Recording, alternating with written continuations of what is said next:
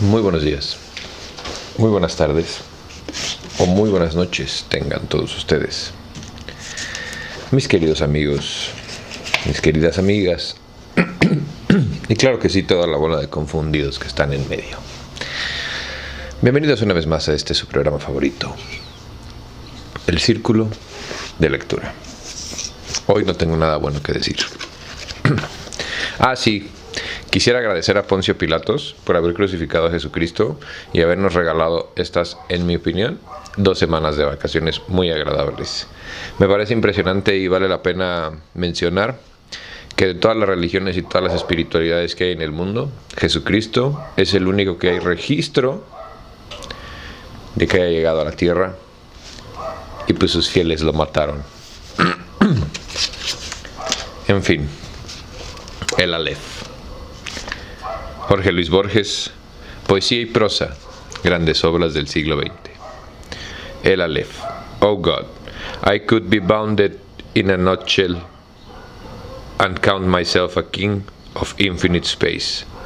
Hamlet 2.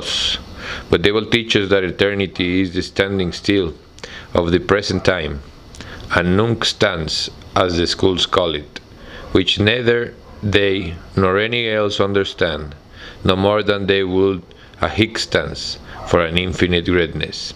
Leviatán 4. Oh Dios, yo pudiera estar prometido. No sé, me la voy a traducir hoy, güey. Perdónenme. No sé cómo traducir in a nutshell, porque es como un slang. La candente mañana de febrero en que Beatriz Viterbo murió, después de una imperiosa agonía, que no se rebajó un solo instante ni al sentimentalismo ni al miedo, noté que las carteleras de fierro de la Plaza Constitución habían renovado no sé qué aviso de cigarrillos rubios. El hecho me dolió, pues comprendí que el incesante y vasto universo ya se apartaba de ella, y que ese cambio era el perímetro de una serie infinita. Cambiara el universo, pero yo no, pensé con melancólica vanidad. Alguna vez, lo sé, mi vana devoción la había exasperado. Muerta, yo podía consagrarme a su memoria, sin esperanza, pero también sin humillación. Consideré que el 30 de abril era su cumpleaños. Visitar ese día la casa de la calle Garay para saludar a su padre y a Carlos Argentino Danieri, su primo hermano, era un acto cortés, irreprochable, tal vez ineludible. De nuevo, aguardaría en el crepúsculo de la abarrotada salita. De nuevo, estudiaría las circunstancias de sus muchos retratos. Beatriz Viterbo de perfil, en colores, Beatriz con antifaz, en los carnavales de 1921, la primera comunión de Beatriz, Beatriz el día de su boda con Roberto Lasandri, Beatriz poco después del divorcio, en un almuerzo del Club Hípico, Beatriz en Quilmes, con Delia San Marco Porcel y Carlos Argentino, Beatriz con el pequinés que le regaló Villegas a Edo, Beatriz de frente y de 3/4, sonriendo, la mano en el mentón. No estaría obligado como otras veces a justificar mi presencia con módicas ofrendas de libros cuyas páginas, finalmente, aprendí a cortar, para no comprobar, meses después, que estaban intactos. Beatriz Viterbo murió en 1929. Desde entonces, no dejé pasar un 30 de abril sin volver a su casa. Yo solía llegar a las 7:15 y quedarme unos 25 minutos. Cada año parecía un poco más tarde y me quedaba un rato más. En 1933, una lluvia torrencial me favoreció. Tuvieron que invitarme a comer. No desperdicié como es natural. Ese fue un precedente. En 1934, aparecí ya dadas las 8 con un alfajor santafesino. Con toda naturalidad, me quedé a comer. Así, en aniversarios melancólicos y vanamente eróticos, recibí las graduales confidencias de Carlos Argentino Danieri. Beatriz era alta, frágil, muy ligeramente inclinada. Había en su andar, si el oxímoron es tolerable, una como graciosa torpeza, un principio de éxtasis. Carlos Argentino es rosado, considerablemente canoso de rasgos finos. Ejerce no sé qué cargo subalterno en una biblioteca ilegible de los arrabales del sur. Es autoritario, pero también es ineficaz. Aprovechaba, hasta hace muy poco, las noches y las siestas para no salir de su casa. A 2 generaciones de distancia, la italiana y la copiosa gesticulación italiana sobreviven en él. Su actividad mental es continua, apasionada, versátil y del todo insignificante. Abunda en inservibles analogías y en ociosos escrúpulos.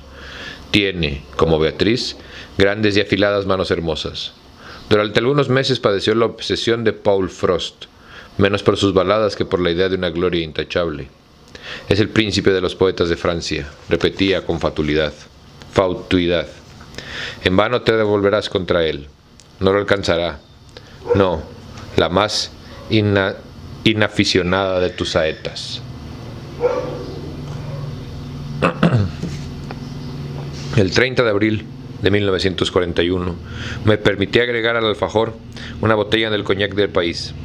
Carlos Argentino lo probó, lo juzgó interesante y comprendió al cabo de unas copas una vindicación del hombre moderno. Lo evoco, dijo con una animación algo inexplicable.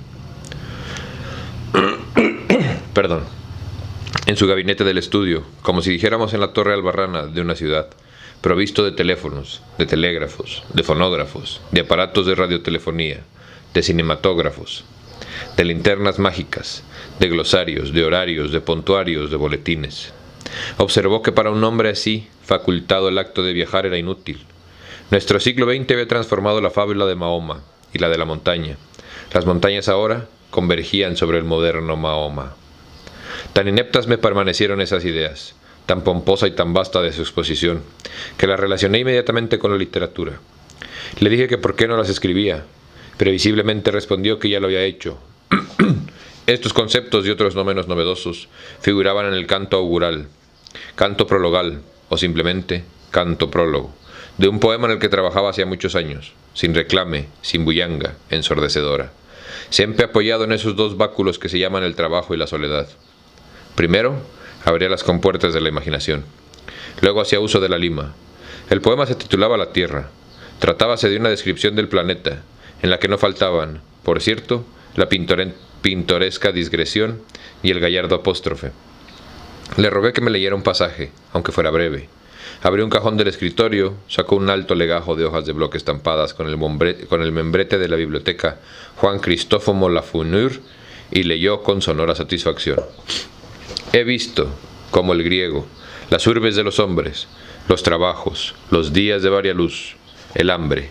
No corrijo los hechos, no falseo los nombres, pero el voyaje que narro es a un tour de machambre.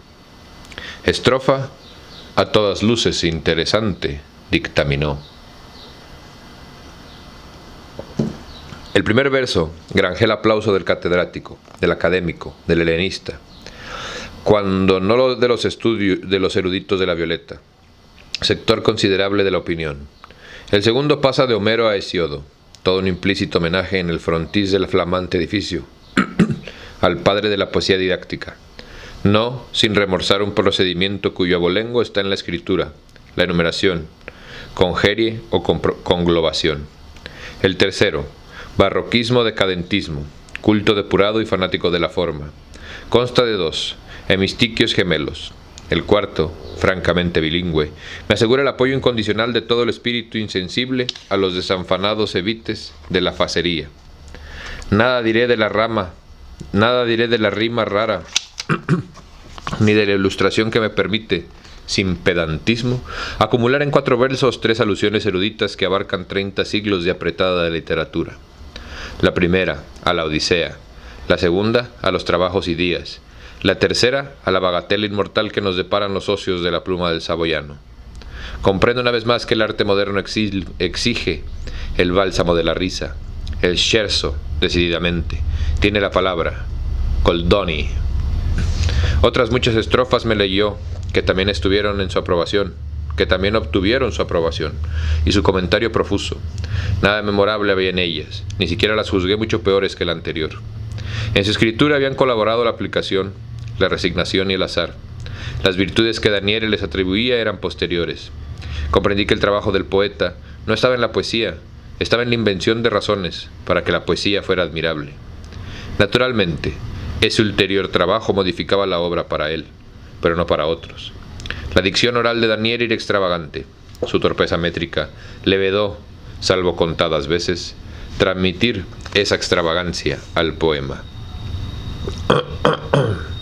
Aqueste da el poema Aqueste da el poema belicosa armadura. Recuerdo sin embargo estas líneas de una sátira en que fustigó con rigor a los malos poetas. Y dice así: aqueste da el poema belicosa armadura, de erudición, Estroto le da pompas y galas, ambos baten en vano las ridículas alas, olvidaron cuitados el factor hermosura. Por eso me gusta leer, güey. Porque nos damos cuenta de todas estas cosas que tal vez nunca hubiéramos leído, porque desafortunadamente vivimos en un pinche mundo mugroso en el que la cultura y la poesía faltan. Acuérdense que cuando levante mi dedo viene un pie de página. El pie de página es este numerito pequeño que viene al lado de todas las letras, o bueno, que viene al lado de las palabras, o de alguna palabra en particular en el texto, que abajo o a un costado nos indica o nos da un poquito más de contexto, o nos habla de algo extra que nos quiere hacer notar el autor. Una sola vez en mi vida he tenido la ocasión de examinar los 15.000 dosisílabos del Poloiblión, esa epopeya tipográfica en la que Mitchell Drayton registró la fauna, la flora, la hidrografía, la orografía, la historia militar y monosítica de Inglaterra. Estoy seguro de que ese producto considerable pero limitado es menos tedioso que la vasta empresa congénere de Carlos Argentino. Este se proponía versificar toda la redondez del planeta. En 1941 de ella había despachado unas hectáreas del estado de Queensland, más de 1 kilómetro del curso de Lob, un gasómetro al norte de Veracruz, las principales casas de comercio de la parroquia de la Concepción, la quinta de Mariana Cambaceres en Alvear, en la calle 11 de Septiembre, en Belgrano, y un establecimiento de baños turcos no lejos del acreditado acuario de Brington. Me leyó ciertos laboriosos paisajes de la zona australiana de su poema. Esos largos e informes alejandrinos carecían de una relativa agitación al prefacio. Copio una estrofa. Sepan, a man derecha del poste rutinario, viniendo claro está desde el noroeste, se aburre una osamenta, color blanquiceleste, que da al corral de ovejas, catadura del osario. 2 audacias, gritó con exultación, rescatadas, te oigo mascullar por el éxito. Lo admito, lo admito.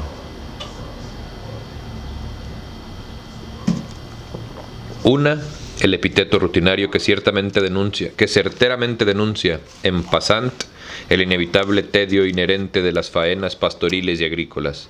Tedio que ni las geóricas ni nuestro ya laureado don Segundo se atrevieron jamás a denunciar así, al rojo vivo. Otra, el enérgico prosaísmo se aburre en una osamenta, que al melindroso querrá excomulgar con horror, pero que apreciaría más que su vida al crítico de gusto viril. Todo el verso, por lo demás, es de muy subidos quilates. El segundo mistiquio entabla animadísima charla con el lector. Se adelanta a su viva curiosidad, le pone una pregunta en la boca y la satisface. Al instante, ¿y qué me dices de ese hallazgo blanquiceleste? El pintoresco neologismo sugiere al cielo, que es un factor importantísimo del paisaje australiano. Sin esa evocación, resultarían demasiado sombrías las tintas del boceto y del lector, y el lector se vería compelido a cerrar el volumen. Herida en lo más íntimo, el alma del incurable y negra melancolía. Hacia la medianoche me despedí. 2 domingos después, Daneri me llamó por teléfono. Entiendo que por primera vez en la vida. Me propuso que nos reuniéramos a las 4 para tomar juntos la leche, en el contiguo Salor Bar, que el progresísimo de Suino y Zungri, los propietarios de mi casa, recordarás, inaugura en la esquina, confitería que no te importará conocer. Acepté, con más resignación que entusiasmo. ¿Sabes qué sí me llama mucho la atención del pasado, güey? Cómo había bares para tomar leche. No sé si han visto, si han tenido la oportunidad. Si no la han tenido la oportunidad, sáquense la cabeza del culo y véanla. La naranja mecánica, güey, de Stanley Kubrick. A Clockwork Orange se llama en inglés, güey. La naranja mecánica. No mamen, güey. Vayan a ver esa película. Y habla un poco de eso, güey, de los bares de leche y cómo el lácteo se utilizaba para... Le ponían droga, güey. No me acuerdo cuál. Bueno, eso pasa en la película. No sé si pasa en la vida real. Pero aquí tenemos ya otra prueba de cómo la gente sí se juntaba a tomar leche. Y no como tus amigos los putos. O sea, no. Se juntaban literal a beber así de que... Una tacita de lácteo. De verdulé. Creo porque estaba de moda la pasteurización, güey. Creo, la neta no sé. Pero por eso me maman los libros, güey. Porque nos da una prueba fehaciente de la pendeja que está la humanidad, güey. La neta, Holmes, he estado teniendo unos días bien haters y me vale verga, güey. Así, ya estoy harto, güey, de fingir que estamos bien, porque no lo estamos.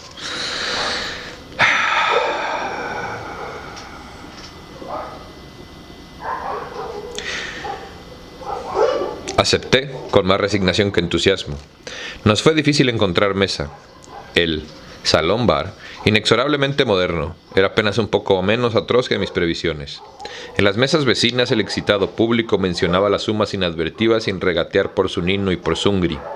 Carlos Argentino fingió asombrarse de que no sé qué primores de la instalación de la luz, que, sin duda, ya conocía, y me dijo con cierta severidad: mal de tu grado, habrás de reconocer que este local se parangona con los más encopetados de Flores. Me releyó después 4 o 5 páginas del poema. Las había corregido según un depravado principio de ostentación verbal. Donde antes escribió a su lado, ahora abundaba en azulino, azulenco y hasta azulillo. La palabra lechoso no era bastante fea para él. En la impetuosa descripción de un lavadero de lanas, prefería lactuario, lactinoso, lactescente, lechal. Denostó con amargura a los críticos. Luego, más benigno, los equiparó a esas personas que no disponen de metales preciosos ni tampoco de prensas de vapor, laminadores y ácidos sulfúricos para la acuñación de tesoros, pero que pueden indicar a los otros el sitio de un tesoro. Cierro comillas. Acto continuo censuró la prologomanía, de la que ya hizo mofa, en la donosa prefación del Quijote, el príncipe de los ingenios. Admitió, sin embargo, que en la portada de la nueva obra convenía el prólogo vistoso, el espaldarazo firmado por el plumífero de Garra, de fuste. Agregó que pensaba publicar los cantos iniciales de su poema. Comprendí entonces la singular invitación telefónica. El hombre iba a pedirme que prolongara su pedantesco fárrago. Mi temor resultó infundado.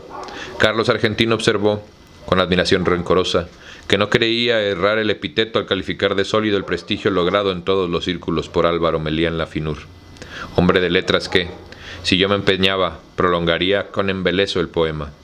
Para evitar el más imperdonable de los fracasos, yo tenía que hacerme portavoz de 2 méritos inconcusos: la perfección formal y el rigor científico, porque ese dilatado jardín de tropos, de figuras, de galanuras, no tolera un solo detalle que no confirme la severa verdad.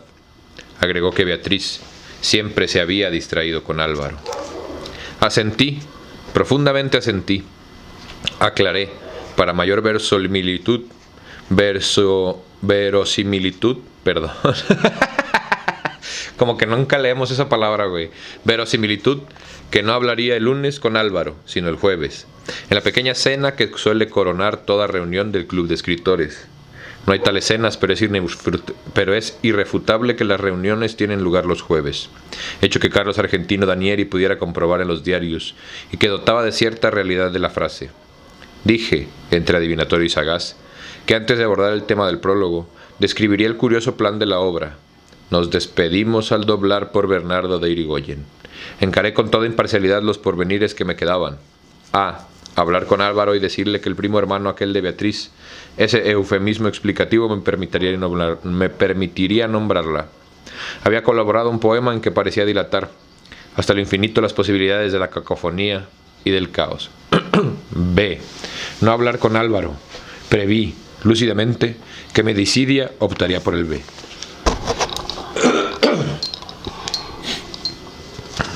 Perdón, nenme la vida.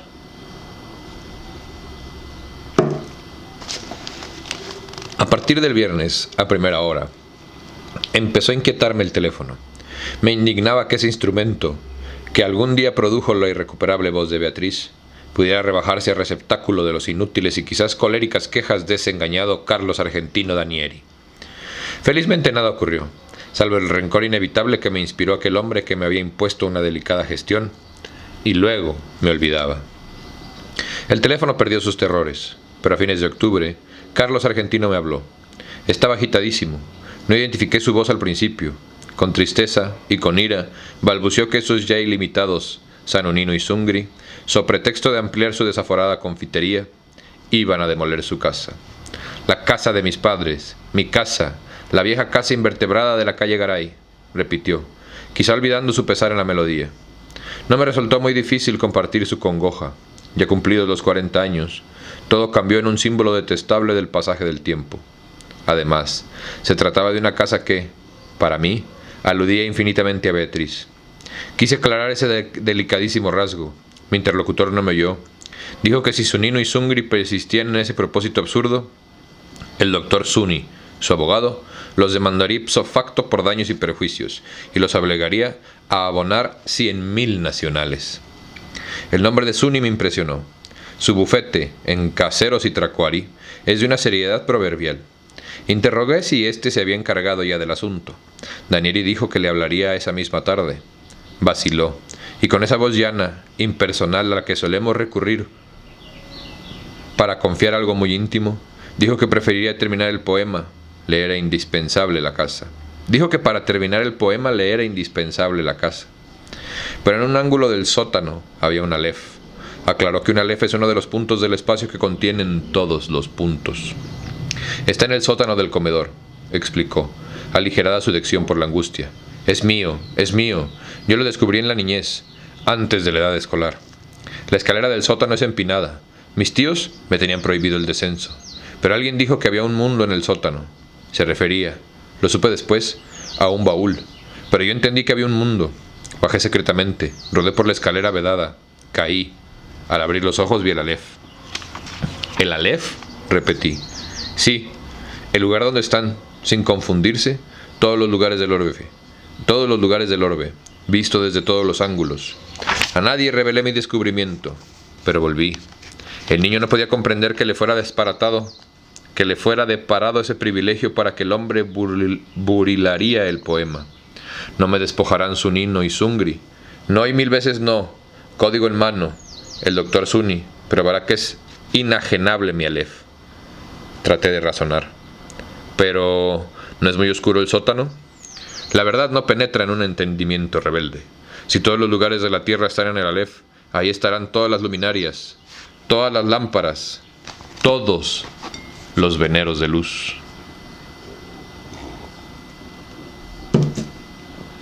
Y hoy, sobre de todas las cosas, teníamos que leer este cuento, güey. Es lo único que voy a decir, güey, porque la lectura tiene una parte adivinatoria muy interesante, cabrón.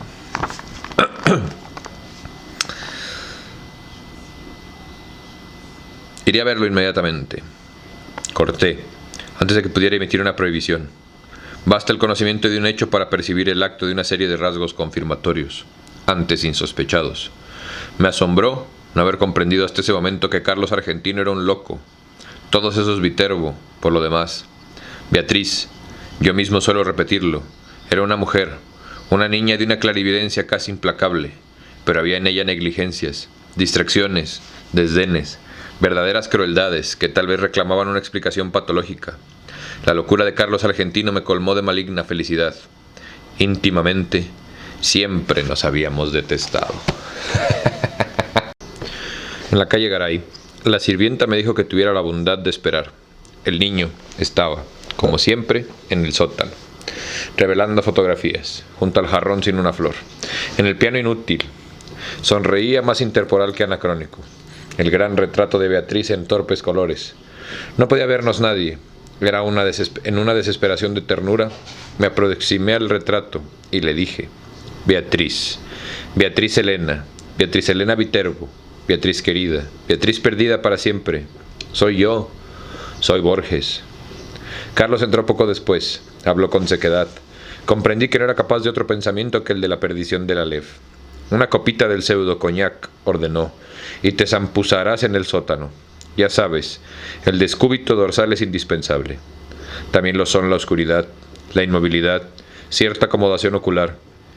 Te acuestas en el piso de baldosas y fijas los ojos en el decímono escalón de la pertinente escalera. Me voy, bajo la trampa, y te quedas solo. Algún roedor te mete miedo, fácil empresa. A los pocos minutos ves el alef, el microcosmo de alquimistas y cabalistas, nuestro concreto amigo proverbial, el multum in parvo. Ya en el comedor agregó: claro está que si no lo ves, tu incapacidad no invalida mi testimonio. Baja muy breve y podrás entablar un diálogo con todas las imágenes de Beatriz. Bajé con rapidez, harto de sus palabras insustanciales. El sótano, apenas más ancho que la escalera, tenía mucho de pozo. Con la mirada busqué en vano el baúl de que Carlos Argentino me habló. Unos cajones con botellas y unas bolsas de lona entorpecían un ángulo. Carlos tomó una bolsa, la dobló y la acomodó en un sitio preciso. La almohada es humildosa, explicó, pero si la levanto un solo centímetro, no verás ni una pizca y te quedas corrido y avergonzado. Repatinga en el suelo de corpachón, repatinga en el suelo ese corpachón, y cuenta 19 escalones.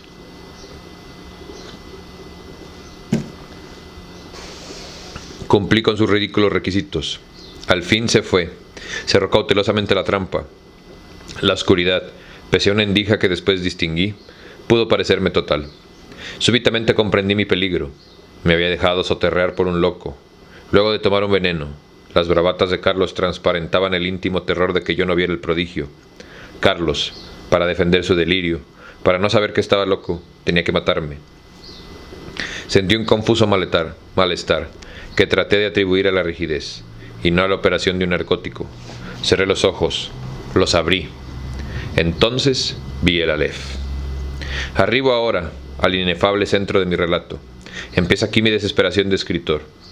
Todo lenguaje es un alfabeto de símbolos cuyo ejercicio presupone un pasado que los interlocutores comparten. ¿Cómo transmitir a los otros el infinito Aleph, que mi temerosa memoria apenas abarca? Los místicos, en análogo trance, prodigian los emblemas. Para significar la divinidad, un persa habla de un pájaro que de algún modo es todos los pájaros. Alanos de Insulis, de una esfera cuyo centro está en todas partes, y la circunferencia en ninguna. Ezequiel, de un ángel de 4 caras que a un tiempo se dirige al oriente y al occidente, al norte y al sur. No en mano, rememoro esas inconcebibles analogías. Alguna relación tienen con el Aleph. Quizá los dioses no me negarían el hallazgo de una imagen equivalente, pero este informe quedaría contaminado de literatura, de falsedad. Por lo demás, el problema central es irresoluble. La enumeración siquiera parcial de un conjunto infinito, en ese instante gigantesco, he visto millones de actos deleitables o atroces. Ninguno me asombró como el hecho de que todos ocuparan el mismo punto, sin superstición, sin transparencia. Lo que vieron mis ojos fue simultáneo. Lo que transcribiré, sucesivo, porque el lenguaje lo es. Algo, sin embargo, recogeré. En la parte inferior del escalón, hacia la derecha, vi una pequeña esfera trastornada, casi intolerable de fulgor. Al principio la creí giratoria. Luego comprendí que ese movimiento era una ilusión producida por los vertiginosos espectáculos que encerraba. El diámetro del Aleph sería de 2 o 3 centímetros. Pero el espacio cósmico estaba ahí, sin disminución de tamaño. Cada cosa, la luna del espejo, digamos, era infinitas cosas, porque yo claramente la veía desde todos los puntos del universo. Vi el populoso mar, vi el alba y la tarde, vi las muchedumbres de América, vi una plateada telaraña en el centro de una negra pirámide, vi un laberinto roto, era Londres, vi interminables ojos inmediatos escrutándome en mí como en un espejo, vi todos los espejos del planeta y ninguno me reflejó. Vi, en un traspatio de la calle Soler, las mismas baldosas que hace 30 años vi en el zaguán de una casa en Fray Bentos. Vi racimos, nieve, tabaco, vetas de metal, vapor de agua. Vi convexos desiertos ecuatoriales, y cada uno de sus granos de arena. Vi en Inverness a una mujer que no olvidaré. Vi la violenta cabellera, el altivo cuerpo. Vi un cáncer en el pecho. Vi un círculo de tierra seca en una vereda donde antes hubo un árbol. Vi una quinta de Androgué. Un ejemplar de la primera versión inglesa del Plinio, la Philemon Holland. Vi a un tiempo cada letra de cada página. De chico, yo solía maravillarme de que las letras de un volumen cerrado no se mezclaran y perdieran el discurso de la noche. Vi la noche y el día contemporáneo. Vi un poniente en Querétaro que parecía reflejar el color de una rosa en Bengala. Vi mi dormitorio sin nadie. Vi un gabinete de Alkmaar, un globo terráqueo en 2 espejos que lo multiplicaban sin fin. Vi caballos de crina remodelada, en una playa del mar Caspio en el alba. Vi la dedicada osatura de una mano. Vi a los sobrevivientes de una batalla enviando tarjetas postales. Vi, en un escaparate de Misarpur, una baraja española. Vi las sombras oblicuas de unos helechos en el suelo de un invernáculo. Vi tigres, embolos, bisontes, marejadas y ejércitos. Vi todas las hormigas que hay en la tierra. Vi un astrolabio persa. Vi en un cajón del escritorio, y la letra me hizo temblar, cartas obscenas, increíbles, precisas, que Beatriz había dirigido a Carlos Argentino. Vi un adorado monumento a la charita. Vi la reliquia atroz de lo que deliciosamente había sido Beatriz Viterbo. Vi la circulación de mi oscura sangre. Vi el engranaje del amor y la modificación de la muerte. Vi el Aleph desde todos los puntos. Vi el Aleph en la tierra y en la tierra otra vez el Aleph. Y el Aleph, la tierra. Vi mi cara, mis vísceras. Vi tu cara y sentí vértigo. Y lloré. Porque mis ojos habían visto en ese objeto secreto y conjetural, cuyo nombre usurparan los hombres, pero que ningún hombre ha mirado, el inconcebible universo.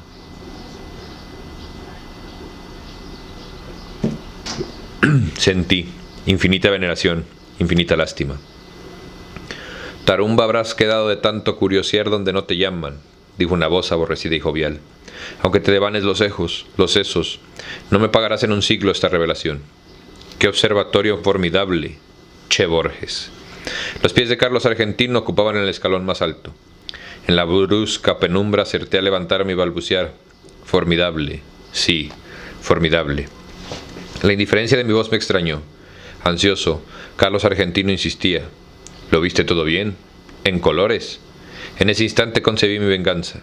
Benévolo, manifestamente nervioso, evasivo, agradecí a Carlos Argentino Danieri la hospitalidad de su sótano, y lo insté a aprovechar la demolición de la casa para alejarse de la perniciosa metrópoli, que a nadie, créame, que a nadie perdona. Me negué, con suave energía, a discutir el Aleph. Lo abracé al despedirme y repetí que el campo y la seguridad son dos grandes médicos. En la calle, en las escaleras de Constitución, en el subterráneo, me parecieron familiares todas las caras. Temí que no quedara una sola cosa capaz de sorprenderme. Temí que no me abandonara jamás la impresión de volver. Felizmente, al cabo de unas noches de insomnio, me trajo otra vez el olvido. Postdata del 1 de marzo de 1943.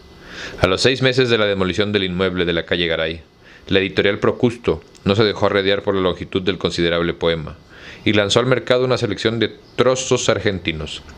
Huelga repetir lo ocurrido. Carlos Argentino Danieri recibió el segundo Premio Nacional de Literatura. Recibí tu apenada congratulación, me escribió. Bufas, mi lamentable amigo, de envidia, pero confesarás, aunque te ahogue, que esta vez pude coronar mi bonete con la más roja de las plumas, mi turbante con el más califa de los rubíes. El premio fue otorgado al doctor Aita, el tercero al doctor Mario Bonifanti. Increíblemente, mi obra, Los naipes del Taur, no logró un solo voto. Una vez más, triunfaron la incomprensión y la envidia. Hace ya mucho tiempo que no consigo ver a Danieri. Los diarios dicen que pronto nos dará otro volumen. Su afortunada pluma, no entorpecida ya por el Aleph, se ha consagrado a versificar los epítomes del doctor Acevedo Díaz. 2 observaciones quiero agregar. Una sobre la naturaleza del Aleph, otra sobre su nombre. Como es sabido, es el de la primera letra del alfabeto de la lengua sagrada.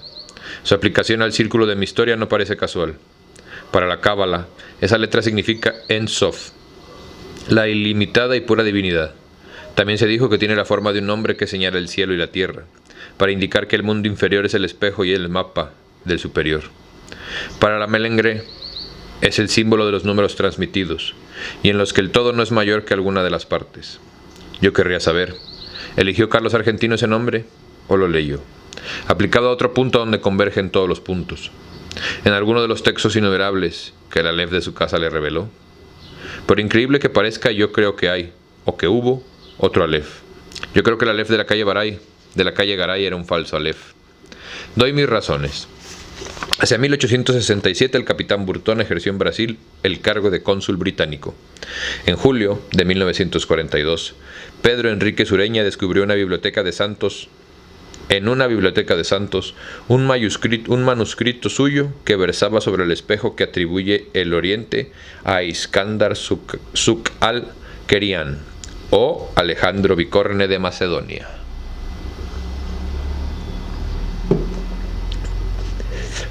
En su cristal se reflejaba el universo entero. Burton menciona otros artificios congéneres. La septure copa de Kai Khosrou, el espejo que Tariq Ben Zayed encontró en una torre, 1001 noches, 272. El espejo que Luciano de Samosata pudo examinar en la luna, Historia verdadera 1, 26. La lanza especular que el libro de Satirincón de Capella atribuye a Júpiter, el espejo universal de Berlín, redondo y hueco y semejante a un mundo de vidrio, de Fair Queen 3, 219. Y añade estas curiosas palabras: pero los anteriores, además del defecto de no existir, son meros instrumentos de óptica. Los fieles que concurren a la mezquita de Amr, en el Cairo, saben muy bien que el universo está en el interior de una de las columnas de piedra que rodean el patio central. Nadie, claro está, puede verlo, pero quienes acercan el oído a la superficie declaran percibir, al poco tiempo, sotareado rumor. La mezquita data del siglo VII. Las columnas preceden a otros templos de religiones anteislámicas, pues como ha escrito Ibn Khaldún, en las repúblicas fundadas por nómadas es indispensable el concurso del forastero para todo lo que sea albañilería. ¿Existe ese Aleph en lo íntimo de una piedra? Lo he visto cuando vi todas las cosas y lo he olvidado. Nuestra mente es porosa para el olvido. Yo mismo estoy falseando y perdiendo bajo la trágica erosión de los años los rasgos de Beatriz. A Estela Canto. Muchísimas gracias a ti por venir a tu ejercicio de resistencia cultural favorito. Nos vemos pronto, yo soy Barbitas y gracias por todo. Cámara.